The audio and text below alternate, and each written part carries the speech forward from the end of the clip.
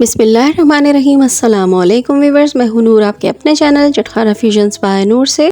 इस रेसिपी से करेले उनको खिलाइएगा जिनको करेले बिल्कुल भी नहीं पसंद, क्योंकि ये करेले बनने जा रहे हैं बहुत ही यूनिक और डिफरेंट से स्टाइल में, और बहुत ही लजीज और बहुत ही मज़े के बनते हैं कि घर वाले उंगलियां क्या पलेटे तक चाट जाएंगे। इतने ज़बरदस्त और इतने मज़े के बनते हैं। बस एक बार इस रेसिपी से वो करेले बनाकर आप खिला दीजिए, करेले फेवरेट डिश बन जाएगी। तो चलिए फिर करेले बनाना स्टार्ट करते हैं। सबसे पहले हम एक बाउल में 200 ग्राम के करीब दही ले लेंगे। दही में मैं डाल दूंगी हाफ़ टी स्पून के करीब कुटी हुई लाल मिर्च, 1 टीस्पून के करीब पिसी हुई लाल मिर्च, हाफ़ टी स्पून के करीब हल्दी पाउडर, 1 टीस्पून के करीब यहाँ पे डालूंगी मैं धनिया पाउडर, और यहाँ पे हाफ़ टी स्पून ही मैं डाल दूंगी गरम मसाला पाउडर, और 1 टीस्पून डाल देंगे हम इसमें नमक। नमक आप जितना इस्तेमाल करते हैं उससे थोड़ा सा अंदाज़ा कम रख के ही नमक आप इसमें शामिल करिएगा। अब इन तमाम चीज़ों को हम मिक्स कर लेंगे अच्छे तरीके से कि दही में एक भी लुम्ब बाकी ना रहे और दही बहुत अच्छा सा और स्मूथ सा हमारा पिट जाए।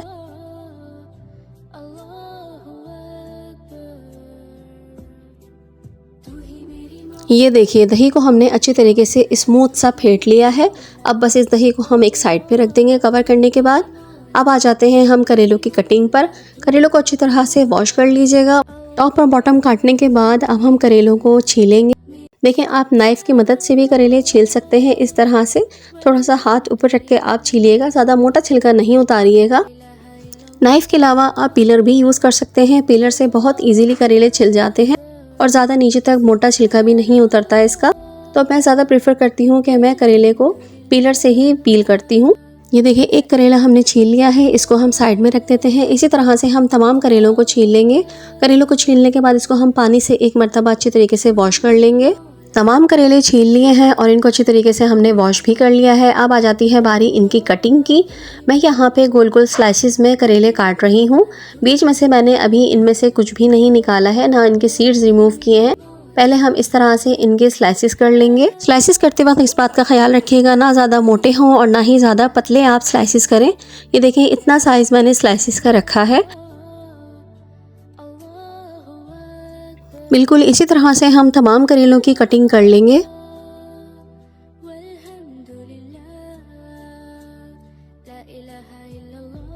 तमाम करेले हमने काट लिए हैं, तमाम करेलों के स्लाइसेस हमने कर लिए हैं। अब जो नेक्स्ट स्टेप है हमें क्या करना है कि ये देखें बहुत इजी है, बहुत ही आसान है। इस तरह से हमने थम्स की मदद से बीच के हिस्से को जो है वो निकाल देना है। इस तरह से बहुत इजी हो जाता है इनको खाली करना। तमाम स्लाइसेस को हम इस तरह से कर लेंगे। तकरीबन 5 से 7 मिनट लगेंगे ये तमाम काम करने में। कोई मुश्किल कोई बड़ा काम नहीं है। इस तरह से इजीली हम इसके तमाम सीड्स निकाल लेंगे। ये देखिए 5 से 7 मिनट लगे हैं और तमाम करेलों के बीच का हिस्सा हमने निकाल दिया है। डिस्कार्ड कर दिएगा उस हिस्से को, उसको हमें इस्तेमाल नहीं करना है। अब इन तमाम करेलों को हम एक बर्तन में ट्रांसफ़र कर लेंगे। अब इन तमाम करेलों पर मैं 1 टेबलस्पून के करीब नमक डाल दूंगी और इन करेलों को अच्छी तरह से मिक्स कर लेंगे और इनको 10 से 15 मिनट के लिए हम ढक के छोड़ देंगे। जब तक करेले अपना पानी छोड़ेंगे हम प्याज की तरफ आ जाते हैं। आधा किलो मैंने करेले लिए थे तो आधा किलो ही मैं यहाँ पे प्याज का इस्तेमाल करूँगी। प्याज को मैंने पील कर लिया है। अब इनके हम स्लाइसेस काट लेंगे। ये देखिए व्यूअर्स, तमाम प्याज हमने स्लाइसेस में काट ली है। अब हम इसको एक प्लेट में ट्रांसफ़र कर देंगे। चलिए जी, वापस आ जाते हैं हम करेलों की तरफ। करेलों को भी 10 से 15 मिनट हो चुके हैं। करेलों ने अपना कड़वा पानी छोड़ दिया है। ये देखिए मैं आपको दिखाती हूँ। ये देखिए करेलों ने कितना सारा पानी छोड़ा है और अभी करेलों के अंदर भी काफ़ी सारा पानी है। वो पानी हम किस तरह से निकालेंगे? वो पानी हम इस तरह से निकालेंगे कि थोड़े से करेले हम हाथ में लेंगे। सबसे पहले हम पानी का एक बाउल अपने साथ रख लेंगे और थोड़े से करेलों को हाथ में लेके इस तरह से दोनों हाथों के बीच में हम इसको प्रेस करेंगे। अच्छी तरह से इसका कड़वा पानी निकालेंगे और इसको हम डालते जाएंगे साफ़ पानी के बाउल में। इस तरह से हम तमाम करेलों का पानी अच्छी तरह से निचोड़ने के बाद उसको साफ़ पानी के बाउल में डालते चले जाएंगे। इस तरह करने से करेले की काफ़ी सारी कड़वाहट जो है वो दूर हो जाती है। जितना पानी आप निचोड़ के निकालेंगे कड़वा, उतने ही करेले जो हैं वो कम कड़वे पकेंगे। लेकिन वो करेले ही क्या जिसमें कड़वाहट ना हो। अगर इसमें कड़वाहट मुकम्मल तौर पर जा सकती तो अल्लाह ताला इसको कड़वे नहीं बनाते। तो इस वजह से करेलों में थोड़ी सी कड़वाहट का होना बहुत ज़्यादा अच्छा लगता है। और खाने में भी बहुत मज़े का लगता है। करेले हैं तो करेलों को करेलों की तरह ही खाएंगे, तो इस वजह से मैं इसको इस तरह से पानी से निकाल के निचोड़ के एक मरतबा ये प्रोसेस कर रही हूँ। लेकिन अगर आपको थोड़ी कम कड़वाहट चाहिए और ज़्यादा कम चाहिए तो फिर आप इस प्रोसेस को 2 मरतबा कर सकते हैं। मतलब इसको दोबारा से पानी में डिप करने के बाद अब दोबारा से इसको निकाल लीजिएगा।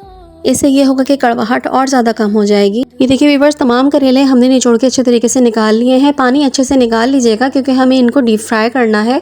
अब यहाँ पे मैं एक कढ़ाई में तेल ले लूँगी। तेल को मैंने गरम कर लिया है और ये तमाम करेले हम इस तेल में ट्रांसफर कर देंगे और करेलों को हम थोड़ा सा फ्राई करेंगे। करेलों को ना तो हमने ब्राउन करना है ना ही हमने क्रिस्पी करना है, बस इनको हल्का हल्का सा गोल्डन ब्राउन सा कर लेना है। ज़्यादा फ्राई करके हम नहीं निकालेंगे। ये देखिए थोड़े से करेले हमारे ब्राउन होना शुरू हो गए हैं, फ्राई होना शुरू हो चुके हैं। ये देखिए करेले हमारे हल्के हल्के से ब्राउन होना शुरू हो गए हैं। बस इसी स्टेज पर हमें करेलों को निकाल लेना है।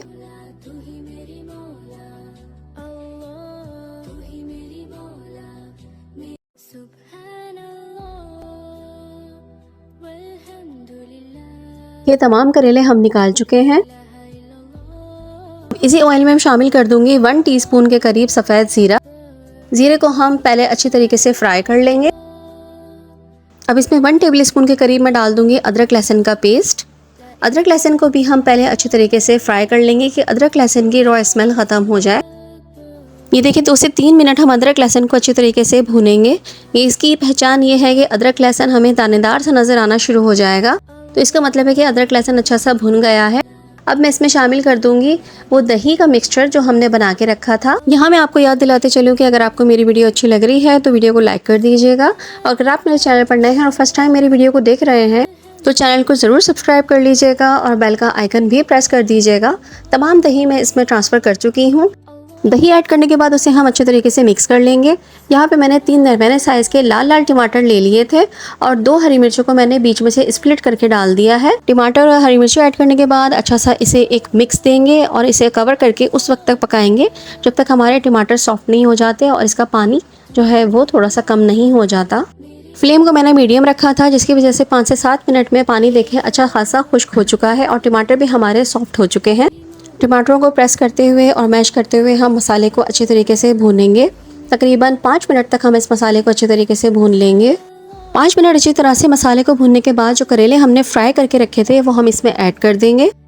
करेले ऐड करने के बाद अब हम उस वक्त तक मज़ीद भूनेंगे जब तक कि हमारा मसाला दानेदार सा नहीं दिखने लगता और बहुत अच्छा सा इसका टेक्स्चर नहीं आ जाता। बहुत ही ज़बरदस्त और बहुत ही मज़ेदार और खुश रंग से ये करेले बनके तैयार होते हैं। इस रेसिपी को ज़रूर ट्राई करिएगा क्योंकि ये वर्थ ट्राइंग रेसिपी है। बहुत ज़बरदस्त और बहुत मज़े की रेसिपी है। अब इस स्टेज पर आप नमक चख के इसमें थोड़ा सा ऐड कर सकते हैं। उस वक्त मैंने आपको अंदाज से थोड़ा सा कम नमक रखने की इसलिए कहा था क्योंकि करेलों में भी हमने नमक डाला था। और फिर आप इस स्टेज पर आप नमक चेक कर लीजिएगा। अगर नमक कम हो तो फिर ऐड करिएगा, वरना नमक ऐड करने की बिल्कुल भी कोई ज़रूरत नहीं है। ये देखिए भूनते भूनते हमारा मसाला दानेदार सा होना शुरू हो चुका है और कितना ज़बरदस्त और कितना मज़ेदार सा इसका टेक्सचर लग रहा है। आ रहा है ना आपके मुंह में भी पानी ये देखकर। बहुत ही ज़बरदस्त और बहुत ही मज़ेदार सी इसकी खुशबू आ रही है। ये चेक कीजिए मसाला आप कितना ज़बरदस्त कितना दानेदार सा हो गया है भुनकर, और बहुत ही ज़बरदस्त सी इसकी भुनाई हो चुकी है। बस ये देखिए अब मैं इसमें थोड़ा सा पानी शामिल कर दूंगी ताकि मसाला हमारा मज़ीद भुनने पे ना आए, वरना ये जल जाएगा। बस इसको हम थोड़ा सा पानी डालने के बाद अच्छी तरीके से मिक्स कर लेंगे।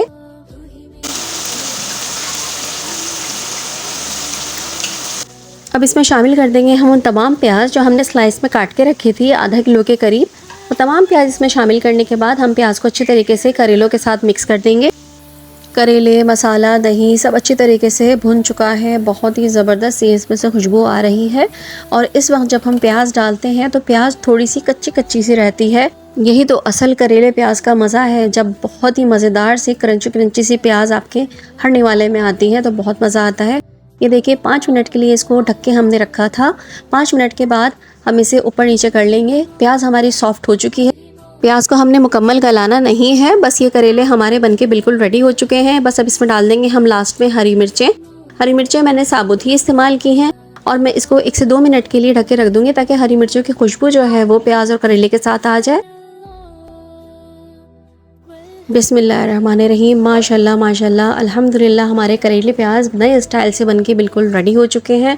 बहुत ही ज़बरदस्त। लास्ट में हम इसमें डाल देंगे कटा हुआ हरा धनिया खूब सारा, वो भी, और इसको हम अच्छी तरीके से मिक्स कर लेंगे। बस जनाब, ये ज़बरदस्त से न्यू स्टाइल के करेला प्याज हमारे बनके बिल्कुल रेडी हो चुके हैं। खुशबुएँ तो बहुत ही इश्तहा अंगेज़ आ रही हैं, बहुत ही कातिलाना किस्म की खुशबुएँ आ रही हैं। इसे ज़रूर ट्राई करके देखिएगा। अगर वीडियो पसंद आई है तो लाइक कर लीजिए और आगे शेयर भी कर दीजिएगा। और अगर आप मेरे चैनल पर नए हैं तो चैनल को सब्सक्राइब कर लीजिए, बेल का आइकन प्रेस कर दीजिए। आऊँगी इंशाल्लाह ताला अच्छी और यूनिक सी रेसिपीज़ को लेकर एज़ यूजुअल। तो इंशाल्लाह ताला नूर को अपनी दुआ में ज़रूर याद रखिएगा। अल्लाह ताला आप सबके रिस्क में भी बरकत अता फरमाए। आमीन सुमा आमीन। तो चलिए फिर इजाज़त दीजिए। अल्लाह हाफ़िज़। अल्लाह निगहबान।